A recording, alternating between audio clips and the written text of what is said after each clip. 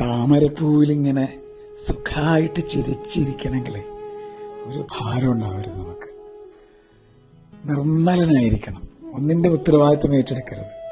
ഇതെല്ലാം എൻ്റെ കഴിവാണ്, എൻ്റെ മഹിമയാണ്, എൻ്റെ വൈഭവമാണ് എന്ന് കണ്ണൻ ഒരിടത്തും പറഞ്ഞിട്ടില്ല.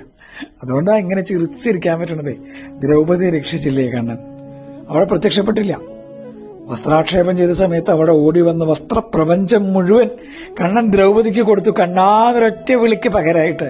പക്ഷേ അവിടെ ഇറങ്ങി വന്ന ആരടാ എന്റെ ദ്രൗപദിയെ തൊടാൻ, കണ്ടില്ലേ ഞാൻ കാട്ടിയത് എന്നൊന്നും കണ്ണൻ പറഞ്ഞില്ല. ദ്രൗപദിക്ക് അവിടെ വേണ്ടത് വസ്ത്രം മാത്രമായിരുന്നു. അത് കണ്ണൻ കൊടുത്തു. ഒരവകാശവാദമില്ലാതെ, ഞാനാണ് കേമൻ എന്നൊന്നും പറയാതെ, എല്ലാം എന്റെ ഭക്തൻ എന്ന് മാത്രം ചിന്തിച്ച ആ കണ്ണന്റെ പാദങ്ങളിൽ അനന്ത അനന്ത കോടി പ്രണാമം. താമരപ്പൂവിനും ഈ മന്ദഹാസത്തിനും എന്റെ കണ്ണനും. കൃഷ്ണ.